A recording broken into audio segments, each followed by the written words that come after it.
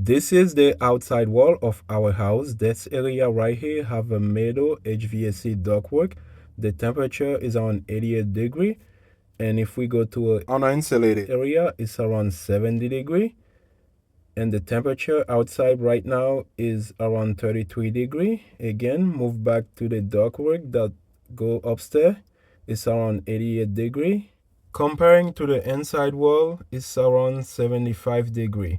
Our house is so old, it got more character than insulation, but we knew we wanted to buy it the moment we saw the listing. Our house was built in 1910 and adding insulation will make a big difference. We currently have a 96.1% efficient gas furnace. Although this is a gas furnace, it requires electricity to operate, so I went to the transfer switch, locate the proper breaker, then I use a clamp meter to check the amperage. It looks like this furnace use around 6 amp. 6 amp times 120 volt equals 720 watt. If the furnace runs for 1 hour, it will consume 720 watt hour. Because our house does not have any insulation for the month of January, you can see the daily average is close to 15 hours, and for the entire month, the furnace runs for 464 hours. To find out how much energy the furnace used for the month of January, I take 464 hours multiplied by 0.72 kilowatt equal 334.08 kilowatt hour. That's how much energy the furnace used for the entire month.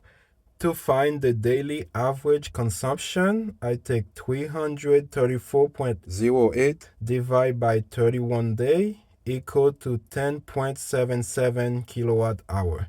Looking towards the future, there are two things we need to do if we want to run our entire house on solar energy.